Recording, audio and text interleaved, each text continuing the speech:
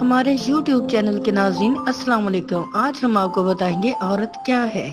عورت کیا ہے؟ عورت خدا تعالیٰ کی بڑی بڑی نعمتوں میں سے ایک بہت بڑی نعمت ہے۔ عورت دنیا کی آبادکاری اور دینداری میں مردوں کے ساتھ تقریباً برابر کی شریک ہے۔ عورت مرد کے دل کا سکون، روح کی راحت، ذہن کا اطمینان، بدن کا چین ہے۔ عورت دنیا کے خوبصورت چہرے کی ایک آنکھ ہے۔